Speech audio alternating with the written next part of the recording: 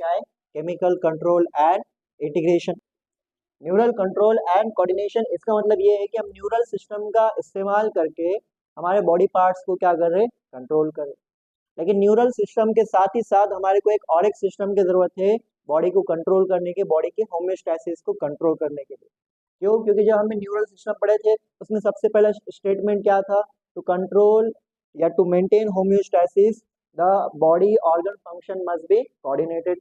और body organ के function को कोऑर्डिनेट करने के लिए हमने किसका इस्तेमाल करे थे, न्यूरल सिस्टम। अब न्यूरल सिस्टम क्या था, न्यूरल सिस्टम मतलब हमारे पास एक न्यूरॉन है, मान लीजिए सेल बॉडी है, और सेल बॉडी इसमें से क्या निकल रहा है यहाँ पे, डेंड्राइट्स, और ये हमारे पास क्या है, इसके लास्ट में क्या है, एक्सॉन, और एक्सॉन के टर्मिनल। अब एक न्यूरॉन बॉडी के पार्ट को कंट्रोल करेगा। फॉर एग्जांपल एक न्यूरॉन किसको करेगा, मसल को कंट्रोल करेगा। फॉर एग्जांपल ये न्यूरॉन जो है आपके पास कांटेक्ट में आए किसके, एक मसल से, और जो पार्ट में मसल और न्यूरॉन कांटेक्ट में आते हैं इस पार्ट को आप सबको मालूम क्या नाम है, न्यूरोमस्कुलर जंक्शन। इस तरह हमारे बॉडी में न्यूरॉन क्या कर रहा है, हमारे बॉडी के सेल्स को कंट्रोल कर रहा है। लेकिन हमारे बॉडी में बिलियंस ऑफ बिलियंस यानी ट्रिलियन सेल्स है हमारे बॉडी। कितने सेल्स है, ट्रिलियन सेल्स है। अभी ट्रिलियन सेल में से सिर्फ कुछ सेल्स है जो हमारे पास न्यूरॉन के कांटेक्ट में।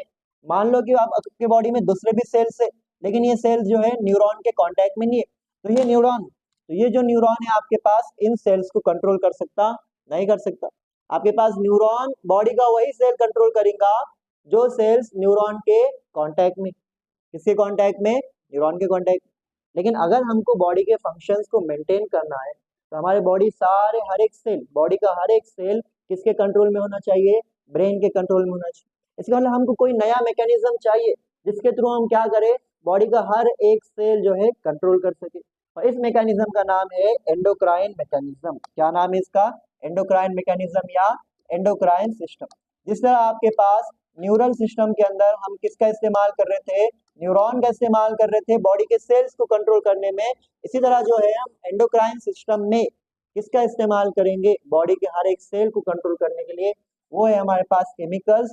इनका नाम आप लोगों ने पढ़ा हुआ है, इनका नाम क्या है, हार्मोन्स। इसका नाम क्या है, हार्मोन्स। ठीक है, तो हमने क्या कहा था, न्यूरॉन पर्टिकुलर सेल्स के कांटेक्ट। न्यूरॉन क्या है, पर्टिकुलर सेल्स के कांटेक्ट में। मान लो एक न्यूरॉन है, इसके जितने एक्सॉन टर्मिनल रहेंगे उतने सेल्स के क्या रहेंगे, ये कांटेक्ट में रहेंगे। मतलब सिर्फ यही सेल्स को ये क्या कर सकता, कंट्रोल कर सकता।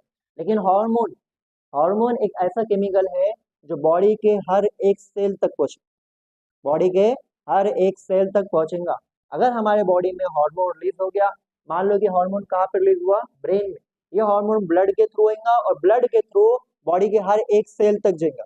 हमारे हार्ट के सेल के पास, हमारे हैंड के सेल के पास, या हमारे फुट के सेल के पास, हर सेल के पास कहाँ पहुंचने वाला, कौन पहुंचने वाला है, यहाँ पे हार्मोन पहुंचने वाला। ठीक है, तो हमने क्या कहा, हमने कहा हमारे पास न्यूरल सिस्टम बॉडी के हर एक सेल को कंट्रोल नहीं कर सकता, ये वही सेल्स को कंट्रोल कर सकता जो उसके कांटेक्ट में, और सारे सेल्स न्यूरॉन के कांटेक्ट में नहीं। तो हमको एक मैकेनिज्म चाहिए था जिसके थ्रू हम बॉडी के सारे सेल्स को कंट्रोल कर सके। वो मैकेनिज्म का नाम क्या था, एंडोक्राइन सिस्टम। और एंडोक्राइन सिस्टम में किसका इस्तेमाल होता, हार्मोन्स का।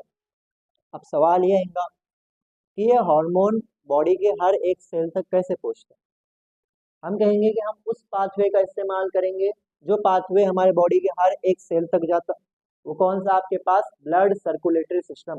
ब्लड सर्कुलेटरी सिस्टम में ब्लड वेसल है, ब्लड वेसल जो है आपके पास डिवाइड होते और बॉडी के हर एक सेल तक पहुंचते, बराबर है। इसका मतलब अगर हमने हार्मोन को ब्लड वेसल में डाल दिए, ब्लड में डाल दिए, तो ये हार्मोन ब्लड में जाने के बाद बॉडी के हर एक सेल तक पहुंचने वाला। इतना समझिए आप। तो ये डिफरेंस है किसके बीच में, न्यूरल और एंडोक्राइन सिस्टम के बीच में। ठीक है, तो यहाँ पे हम क्या करेंगे, दोनों के बीच में डिफरेंसेस लिख देंगे। सबसे पहले हमारे पास हम कौन से सिस्टम के थ्रू लिखेंगे, सबसे पहले हम कौन सा सिस्टम लिखेंगे, यहाँ पे हमारे पास जो हमने पढ़े कौन सा है हमारे पास, न्यूरल सिस्टम। तो सबसे पहले हम न्यूरल सिस्टम लिखेंगे, उसी के साइड में हम किसके बारे में लिखेंगे, एंडोक्राइन सिस्टम के बारे में लिखेंगे।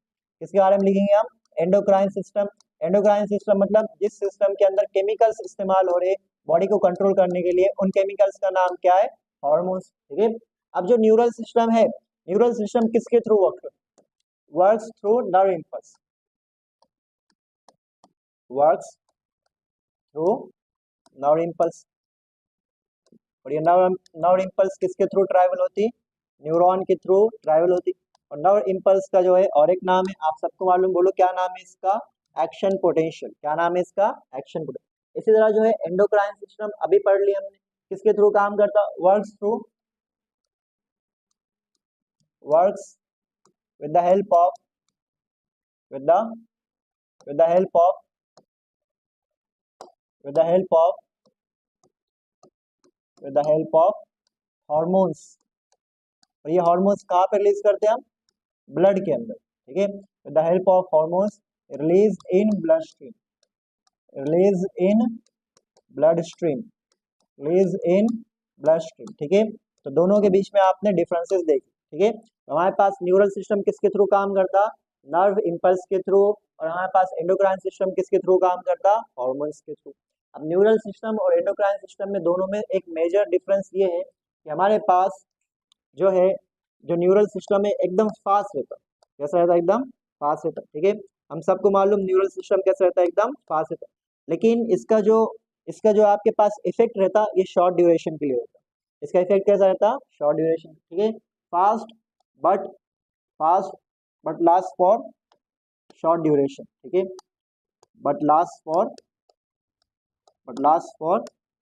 Short duration. शॉर्ट ड्यूरेशन के लिए क्या होगा? इसका इफेक्ट रहेगा किसका? न्यूरल सिस्टम, ठीक है। उसके बाद जो हमारे पास एंडोक्राइन सिस्टम, इसमें क्या करना है आपको? इसका एग्जैक्टली अपोजिट लिखना है कि एंडोक्राइन सिस्टम रहता कैसा? Slow but last for longer duration, but last for longer duration, ठीक है। But last for longer duration, ठीक है। तो इसको आप लोगों ने क्या करना? याद रखना कि हमारे पास जो है एंडोक्राइन सिस्टम बहुत स्लो रहता, लेकिन इसका इफेक्ट जो है कैसा रहता? लॉन्गर ड्यूरेशन के लिए। ये आपके पास बहुत फास्ट रहता, लेकिन इसका इफेक्ट कैसा है? शॉर्ट ड्यूरेशन का, ठीक है। हमारे पास यहाँ पे लिखेंगे हम works only on individual cells, works only on individual cells. इसका मतलब क्या है? इसका मतलब ये है कि अभी हमने आपको बताया था कि न्यूरॉन वही सेल के ऊपर एक्ट करेगा जो सेल उसके कांटेक्ट में। इसका मतलब न्यूरॉन कैसा एक्ट करता? इंडिविजुअल सेल्स के ऊपर एक्ट करता। इसको बोलते हैं हम लोकलाइज इफेक्ट। इसको हम क्या कहते हैं? Localise effect. मतलब एक पर्टिकुलर पोजीशन के ऊपर इसका क्या है? इफेक्ट है। और क्या न्यूरॉन सारे सेल्स के कांटेक्ट में? बॉडी के सारे सेल्स के कांटेक्ट में नहीं है। और यहाँ पे लिखेंगे न्यूरॉन्स, ठीक है। Nerve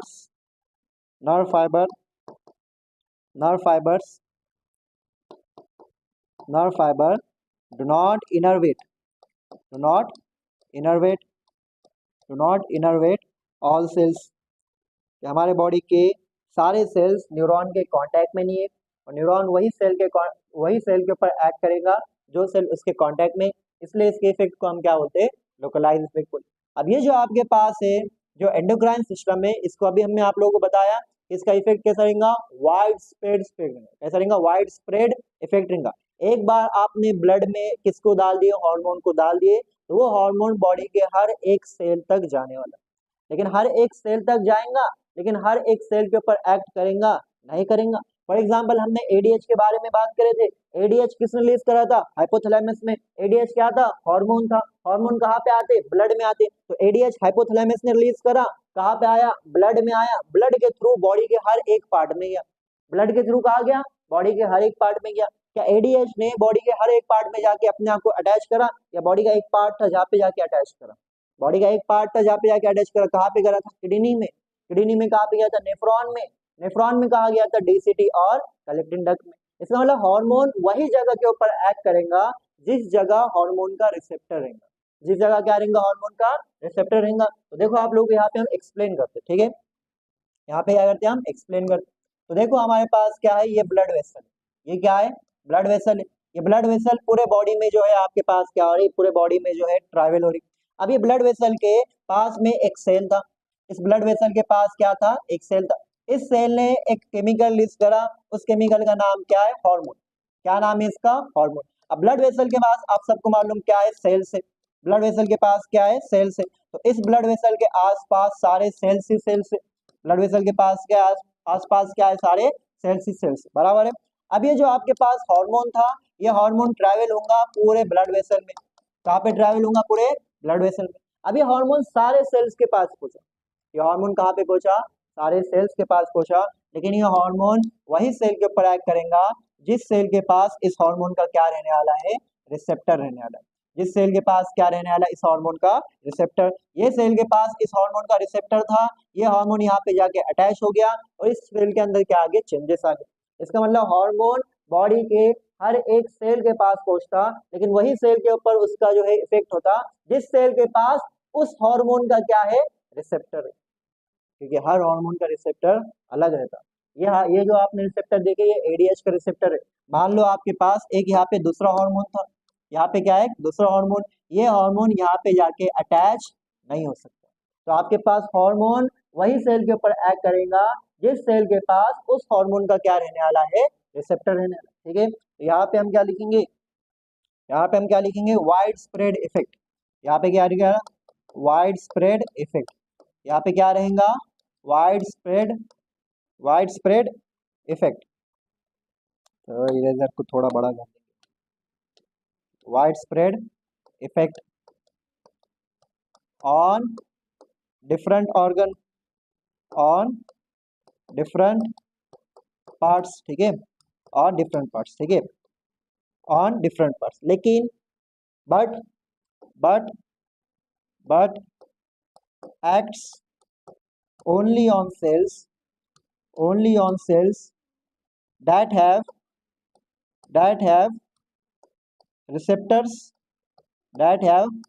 receptors for particular hormone, for particular hormone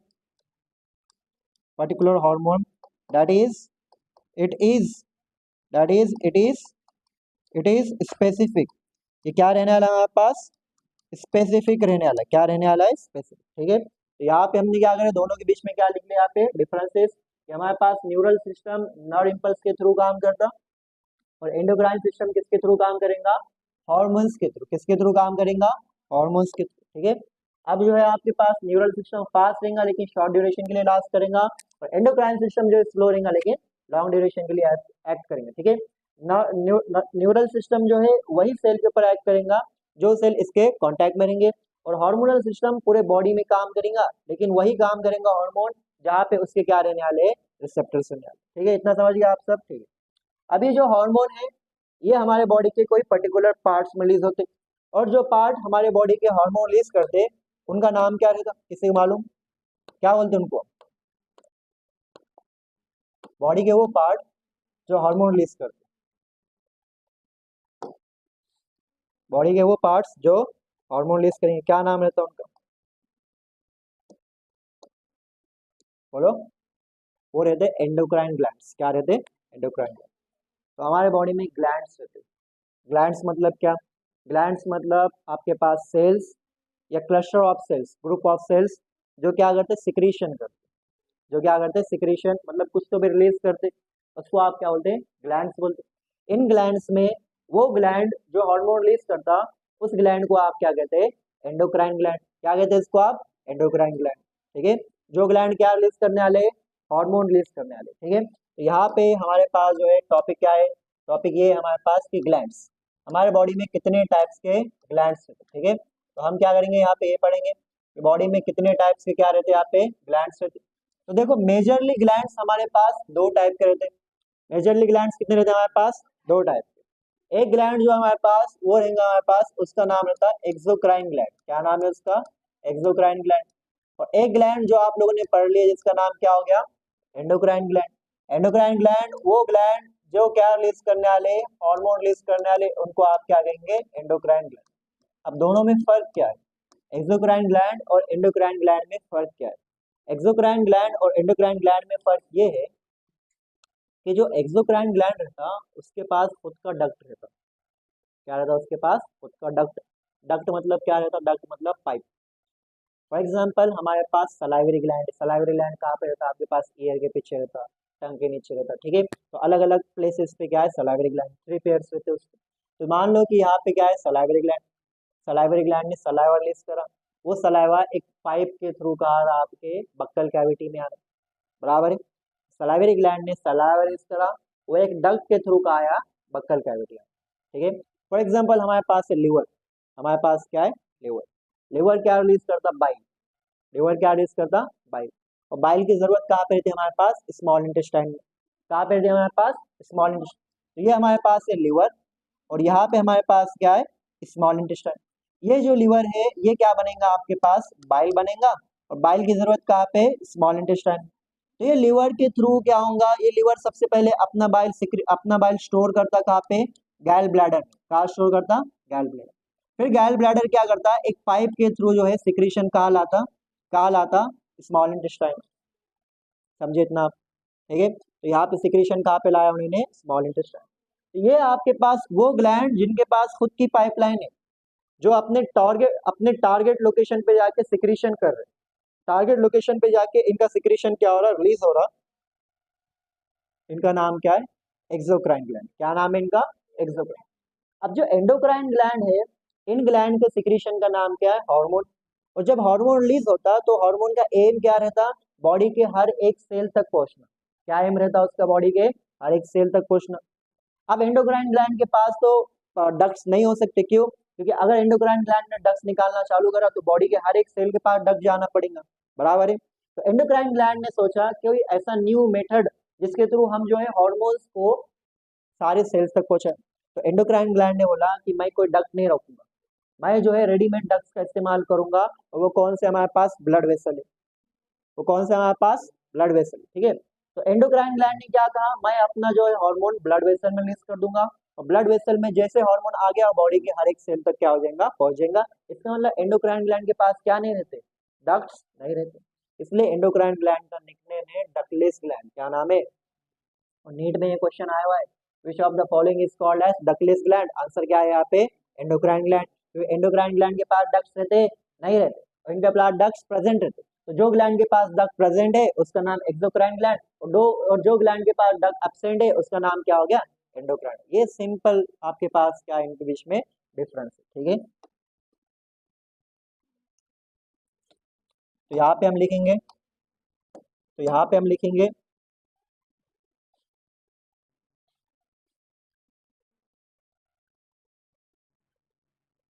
तो हमारे पास दो तरह के ग्लैंड है। एक ग्लैंड का नाम क्या है, एक्सोक्राइन ग्लैंड, और दूसरे का नाम क्या है, एंडोक्राइन ग्लैंड। ठीक है, तो दोनों के बीच में हमने आप लोगों को डिफरेंस बता दिए।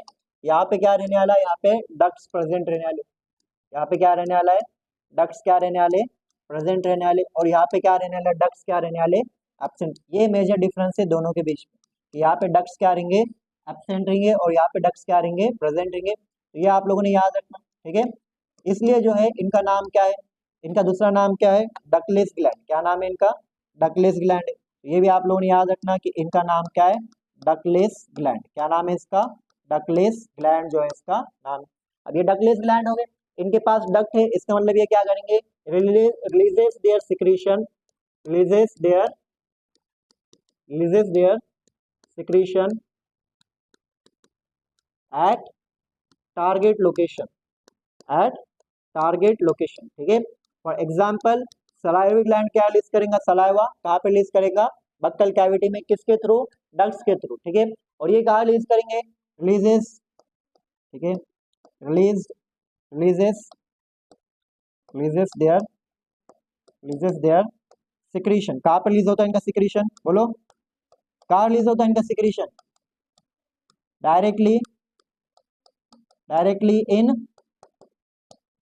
In blood stream, directly in blood stream. ठीक है, उसके बाद जो है अगर किसी ने पूछा कि इनका सिक्रीशन क्या होता है, किसी ने कहा इनका सिक्रीशन क्या होता है, तो इनके सिक्रीशन बहुत वैरी करते हैं। इनका सिक्रीशन क्या होता, बहुत वैरी करेंगे।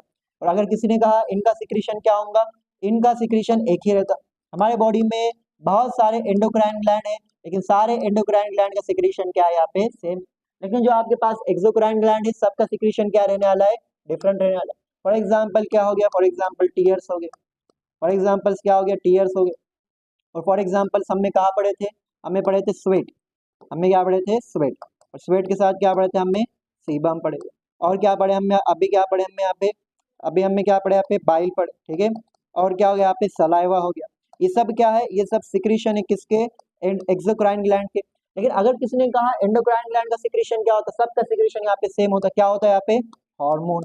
अब ये हार्मोन अलग अलग रहते, वो अलग बात है कि एक हार्मोन एडीएच था, एक हार्मोन रेनिन था, एक हार्मोन एंजियोटेंसिन था। तो ये सारे हार्मोन्स थे।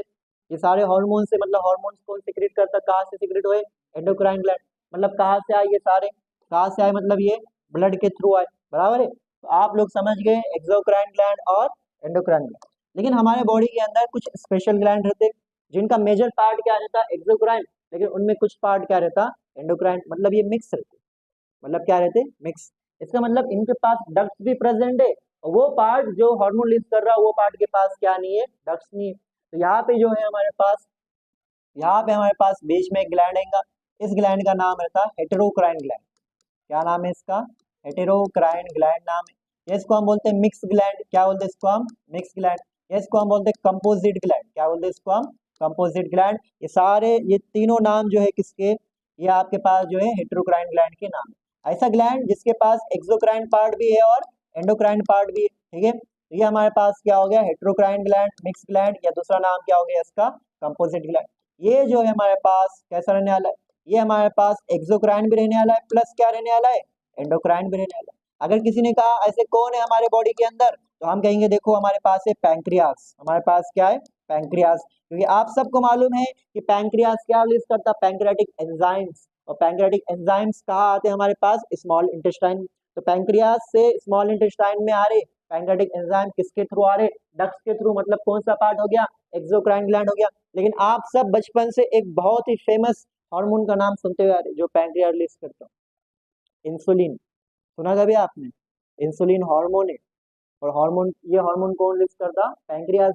इसका मतलब पैंक्रियास के अंदर कुछ पार्ट क्या है, एंडोक्राइन है। तो पैंक्रियास एक्सोक्राइन भी है, पैंक्रियास एंडोक्राइन भी है। इसका मतलब पैंक्रियास क्या हो गया, हेटेरोक्राइन, ठीक है।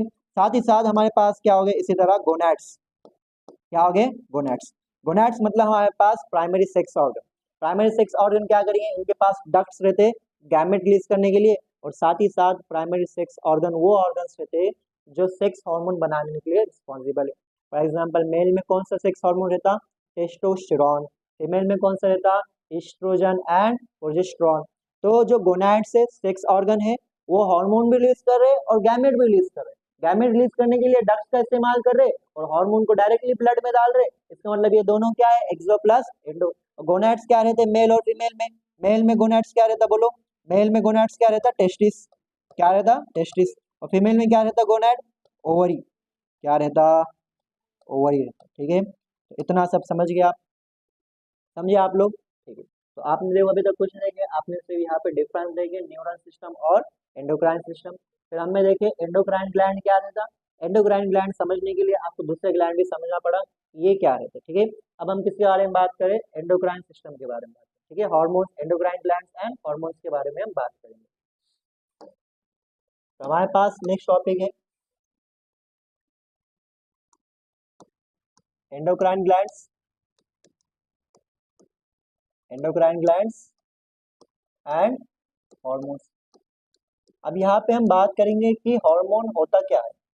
हम बात करेंगे हार्मोन होता क्या। आपने हार्मोन के बारे में नहीं बात, आपने हार्मोन को अभी नहीं समझे, आपने सिर्फ इतना समझे कि एंडोक्राइन ग्लैंड जो केमिकल रिलीज करता उसका नाम क्या रहता, हार्मोन। और ये केमिकल कहाँ पे रिलीज होता, ब्लड स्ट्रीम में होता, इतनी बात समझे आप, ठीक है। लेकिन अब हम देखेंगे हार्मोन होता क्या है। सेकंड जो है हम एंडोक्राइन ग्लैंड्स, हमारे बॉडी में एंडोक्राइन ग्लैंड कौन कौन से उसके बारे में पढ़े। अभी तो दो आपने देख ली, एक कौन सा था पैंक्रियाज और दूसरा कौन सा था गोनैड्स थे, टेस्टिस एंड ओवरी। सबसे पहले हमारे पास एक बात ये है कि जो एंडोक्राइन ग्लैंड है, जो हमारे पास क्या है एंडोक्राइन ग्लैंड है, इनके पास कुछ तो भी नहीं रहता। क्या नहीं रहता, कुछ तो भी बोलो, क्या नहीं रहता इनके पास, डक्ट्स नहीं रहते। एंडोक्राइन ग्लैंड लैक्स, लैक्स क्या है यहाँ पे, डक्ट्स।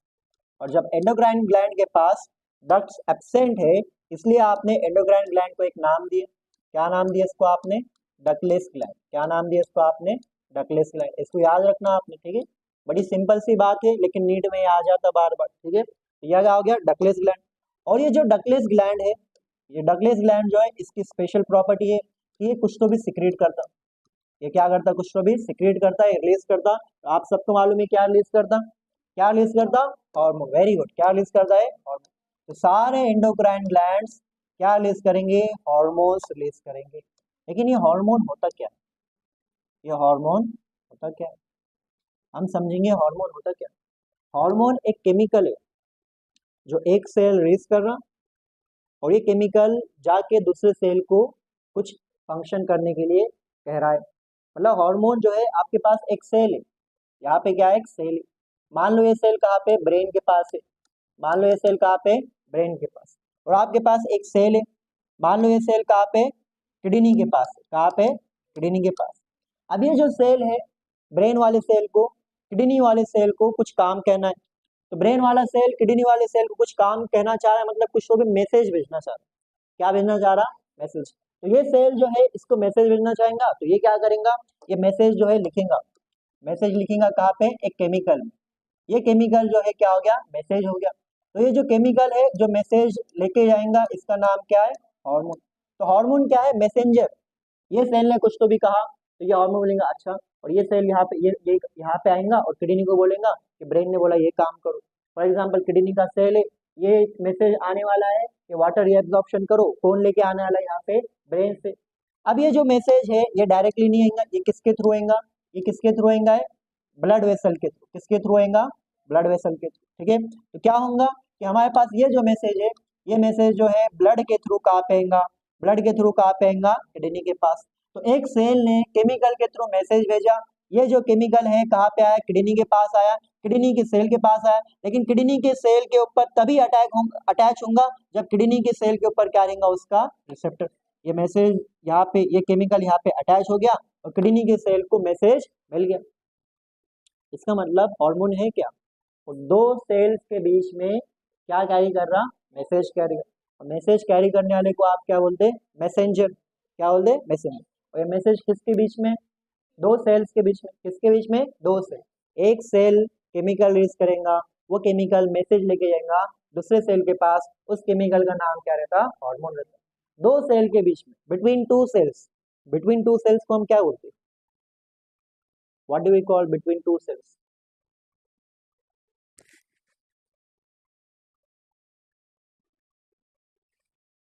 इंटरसेलुलर। क्या बोलते हैं इसको हम, इंटरसेलुलर। ठीक है, तो याद रखना आपने, वो क्या रहने वाला आपके पास, इंटरसेलुलर। तो हार्मोन क्या है आपके पास, हार्मोन हमारे पास क्या है, इंटरसेलुलर मैसेंजर। क्या है हमारे पास, इंटरसेलुलर मैसेंजर। इंटरसेलुलर मैसेंजर कौन है हमारे पास, हार्मोन। ठीक है, याद रहेगा आप लोगों को, याद रहेगा। ठीक है, ये क्या होगा हमारे पास, इंटरसेलुलर मैसेंजर।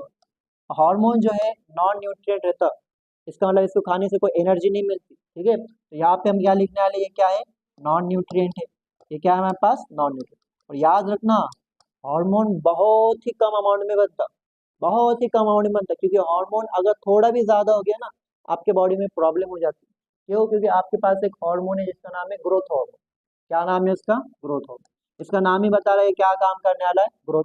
तो मान लो कि ग्रोथ हार्मोन के जनरली कितने केमिकल रिलीज होते, 5 ही होते। लेकिन ये हार्मोन थोड़ा सा ज्यादा हो गया तो क्या हो जाता, फिर एबनॉर्मल ग्रोथ हो जाती। एक पर्सन की हाइट कितना होने वाली थी, 5 फीट, वो कितना हो गया, 7 फीट हो गया।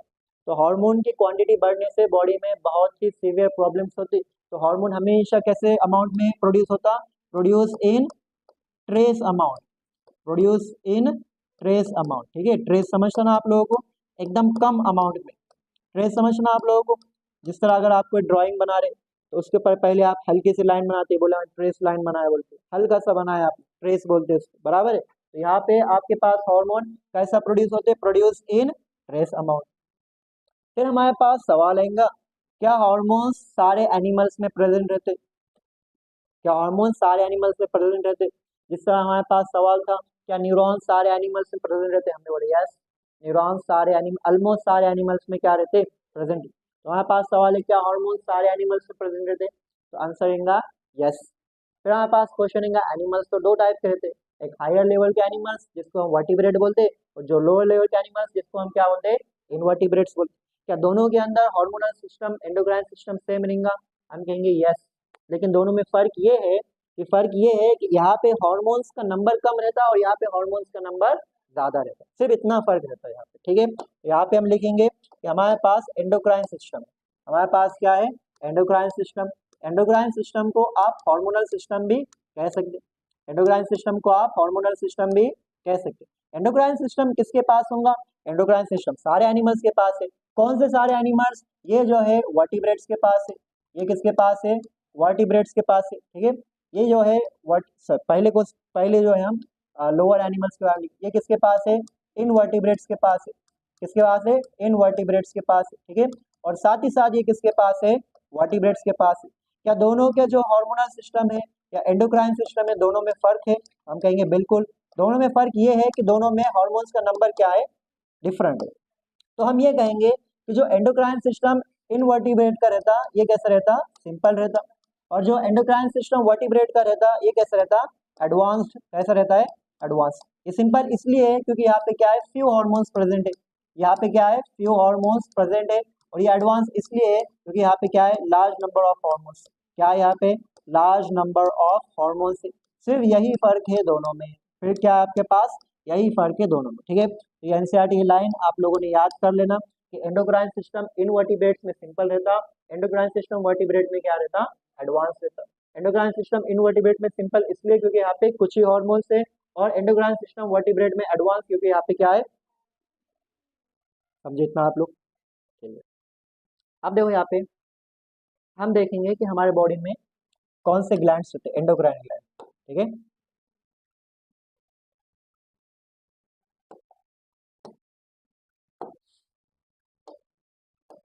तो आप लोग जानते होंगे। ठीक है, तो हमारे पास है एंडोक्राइन सिस्टम। क्या है हमारे पास? Endocrine system. Endocrine system, endocrine system में क्या रिलीज होने वाले? हार्मोन। और हार्मोन रिलीज करने वालों को आप क्या बोलते हैं? बोलो, क्या बोलते हैं उनको आप? Endocrine gland. क्या बोलते हैं उनको आप? Endocrine gland. तो यहाँ पे कौन है? एंडोक्राइन ग्लैंड से। अब एंडोक्राइन ग्लैंड्स कौन कौन से? ठीक है, तो हम शुरुआत करेंगे सबसे इंपॉर्टेंट ग्लैंड से जो हमारे ब्रेन में, सबसे इंपॉर्टेंट ग्लैंड। ठीक है, सबसे पहले हमारे पास जो ग्लैंड है उसका नाम है हाइपोथैलेमस। क्योंकि आप लोग याद है 2 दिन पहले पढ़े हमने कि hypothalamus is a connection between endocrine system and neural system. It is a part of neural system because it is made up of neuron, and it is part of endocrine system because it has special cells, neurosecretory cells that releases hypothalamic hormone. क्योंकि ये hormone release कर सकता, इसलिए endocrine system का part है। ये neuron का बने हुआ है, इसलिए किसका है? न्यूरल सिस्टम का पार्ट है। हमारे पास सबसे पहले कौन हैगा? सबसे पहले कौन हैगा? हाइपोथैलेमस। हाइपोथैलेमस। ठीक है, हाइपोथैलेमस के बाद जो सबसे इंपॉर्टेंट हमारे पास जो देखो, ये बॉडी का सबसे इंपॉर्टेंट एंडोक्राइन ग्लैंड है। इसको ग्रैंड मास्टर ग्लैंड बोलते हैं। क्या बोलते हैं इसको? Grand master. इसके बाद जो सबसे इंपॉर्टेंट रहता है, ये भी ब्रेन में रहता, इसका नाम रहता है पिट्यूटरी ग्लैंड। क्या नाम रहता है इसका? Pituitary gland. सुने हुआ आप लोगों ने इसका नाम? Pituitary gland. आप लोगों ने इसके पार्ट का नाम सुने हुआ है? Neuro hypophysis. पिट्यूटरी ग्लैंड का पार्ट का नाम न्यूरो हाइपोफिसिस। इसी तरह जो हमारे पास, जब हमने एपिथैलेमस पढ़े थे, हमने उस ग्लैंड का नाम लिखे थे, एपिथैलेमस एंक्लोजिस पीनियल ग्लैंड। तो यहाँ पे क्या रहने वाला है? Pineal gland. Very good. क्या है यहाँ पे? Pineal gland. ठीक है, तो हमारे पास ब्रेन के तीनों ग्लैंड हो गए।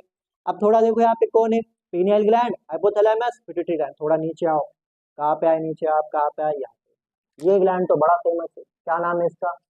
Thyroid gland. क्या नाम है इसका? Thyroid gland. तो यहाँ पे हमारे पास नेक्स्ट कौन सा हो गया? थायराइड ग्लैंड हो गया। कौन सा ग्लैंड हो गया? Thyroid gland. थायराइड ग्लैंड के पीछे बैक साइड पे ग्लैंड रहते, उनका नाम क्या रहता? Parathyroid gland. क्या नाम रहता उनका? Parathyroid gland. तो यहाँ पे क्या हो गया? पैराथायराइड क्या हो गया? ग्लैंड हो गया। ठीक है, अब यहाँ से क्या आएंगे हम? थोड़ा और नीचे, यहाँ पे आ गया हमारा हार्ट। कौन आ गया? हमारा हार्ट। हार्ट के ऊपर, हार्ट के ऊपर, राइट, ये हमारे पास क्या हो गया? हार्ट। हार्ट के ऊपर एक ग्लैंड बैठा हुआ रहता, इसका नाम रहता थाइमस ग्लैंड। क्या नाम रहता है इसका? Thymus gland. ठीक है, तो हमारे पास हार्ट के ऊपर एक ग्लैंड है, इस ग्लैंड का नाम क्या है? Thymus gland. तो इसको आप लोगों ने क्या करना? याद रखना कि हमारे एंटेरियर टू हार्ट, क्या हम बोलेंगे? ठीक है, बिहाइंड द स्टर्नम हमारे पास एक ग्लैंड है, उस ग्लैंड का नाम क्या है? Thymus gland. कौन सा ग्लैंड हो गया है? थाइमस ग्लैंड जो हमारे पास हो गया। ठीक है, फिर हमारे पास किडनी के ऊपर एक ग्लैंड है जिसका नाम क्या रहता? Adrenal gland. इसके बारे में आप सबने पढ़े हुआ है, एड्रिनल ग्लैंड। उसके बाद जो है हमारे पास, अभी आपने ग्लैंड का नाम पढ़े थे, इसका नाम क्या था? पैंक्रियास। पैंक्रियास के बाद हमारे पास क्या था? गोनाड्स। गोनाड्स में कौन आता है हमारे पास? टेस्टिस आता, और कौन आता? ओवरी। टेस्टिस और क्या आएगा? ओवरी आएगा। ठीक है, समझिए इतना आप लोग? ठीक है, अब जो है हमारे पास, हम सबको मालूम है कि जो है एंडोक्राइन ग्लैंड को छोड़ के हमारे बॉडी में कुछ ऑर्गन्स है जो हार्मोन रिलीज कर सकते, जिसके बारे में आप लोगों ने पढ़े हुआ है। तो कौन से ऑर्गन्स थे जो हार्मोन रिलीज कर रहे थे, पढ़े हुआ है आप लोगों ने? एएनएफ, एएनएफ नाम का हार्मोन कौन रिलीज कर रहा था? कौन रिलीज कर रहा था? हाँ, तो ऑर्गन का नाम क्या है? हार्ट। क्या हमारे पास? हार्ट। हमारे पास जो है रेनिन कौन रिलीज कर रहा था? किडनी। ठीक है, हार्ट, किडनी, और साथ ही साथ कौन है हमारे पास? लिवर है, और कौन है? Gastro intestinal tract. और कौन है यहाँ पे? Gastro intestinal tract. ठीक है, तो जो एंडोक्राइन सिस्टम है, एंडोक्राइन सिस्टम दो पार्ट में बटे हुआ रहता है हमारे पास। वो पार्ट जो प्योरली एंडोक्राइन सिस्टम का पार्ट है वो कौन है आपके पास? Endocrine gland. लेकिन हमारे बॉडी में कुछ ऑर्गन्स है जिनके पास कुछ पार्ट क्या रिलीज करते हैं? हॉर्मोन्स। और वो कौन सा हो गया आपके पास? हार्ट, किडनी, लिवर और गैस्ट्रो इंटेस्टाइनल ट्रैक्ट। अब हमारे पास ये चैप्टर कैसी स्टडी होती है कि हम हाइपोथैलेमस पढ़ेंगे, फिर उसके हार्मोन्स पढ़ेंगे, और उसके हार्मोन क्या काम करते हैं, फिर हम पिट्यूटरी ग्लैंड पढ़ेंगे, फिर वो क्या हार्मोन रिलीज करता, फिर वो हार्मोन क्या काम करता। ऐसा आप जो है सारा यहाँ से चालू करेंगे, यहाँ तक खत्म करेंगे, इसके बाद चैप्टर क्या हो जाएगा आपके पास? खत्म हो जाएगा। तो ये हमारे पास क्या हो गया? चैप्टर का इंट्रोडक्शन हो गया। क्या हो गया? चैप्टर का इंट्रोडक्शन। तो यहाँ पे किसी को कोई डाउट है? किसी को कोई डाउट है? ज्यादा कुछ नहीं पढ़े हमने अभी तक। हमें सिर्फ क्या करें, हमने न्यूरल और एंडोक्राइन सिस्टम के बीच में क्या देखे? डिफरेंसेस देखे। उसके बाद हमें ग्लैंड्स कितने टाइप के रहते हैं ये देखे हम। ठीक है, तो आपके पास यहाँ पे कौन सा ग्लैंड था? ये हमारे पास कौन सा ग्लैंड था? हेट्रोक्राइन ग्लैंड था। कौन सा ग्लैंड है हमारे पास? हेट्रोक्राइन। ठीक है, उसके बाद वो कौन सा ग्लैंड हो गया? एंडोक्राइन। एक्सोक्राइन ग्लैंड ऐसे ग्लैंड जिनके पास डक्ट्स है, एंडोक्राइन ग्लैंड ऐसे ग्लैंड जिनके पास डक्ट्स नहीं। हमारे पास फिर एंडोक्राइन ग्लैंड के पास डक्ट्स नहीं रहते, इसलिए उनको डकलेस ग्लैंड बोलते हैं। और वो क्या रिलीज करते हैं? हार्मोन। हार्मोन क्या है? केमिकल जो एक सेल से मैसेज लेके जाता दूसरे सेल, या ऐसा बोल सकते हैं एक पार्ट से मैसेज लेगा दूसरे पार्ट के पास। ये नॉन न्यूट्रिएंट्स रहते, और ये प्रोड्यूस होते कितने अमाउंट में? ट्रेंस अमाउंट में, लिटिल अमाउंट में प्रोड्यूस होंगे। उसके बाद हमें देखे एंडोक्राइन सिस्टम इन वर्टिब्रेट और वर्टिब्रेट का। एंडोक्राइन सिस्टम इन वर्टिब्रेट का सिंपल है, एंडोक्राइन सिस्टम वर्टिब्रेट का एडवांस है। यहाँ पे फ्यू हार्मोन्स लेंगे, यहाँ पे लार्ज नंबर ऑफ हार्मोन्स लेंगे। ठीक है, फिर एंडोक्राइन सिस्टम में दो पार्ट होते हैं, एंडोक्राइन ग्लैंड्स और अदर ऑर्गन्स। ये सारे एंडोक्राइन ग्लैंड्स है, और ये हमारे पास क्या हो गए? Other organs. आप क्या करो, इसको लिख लो।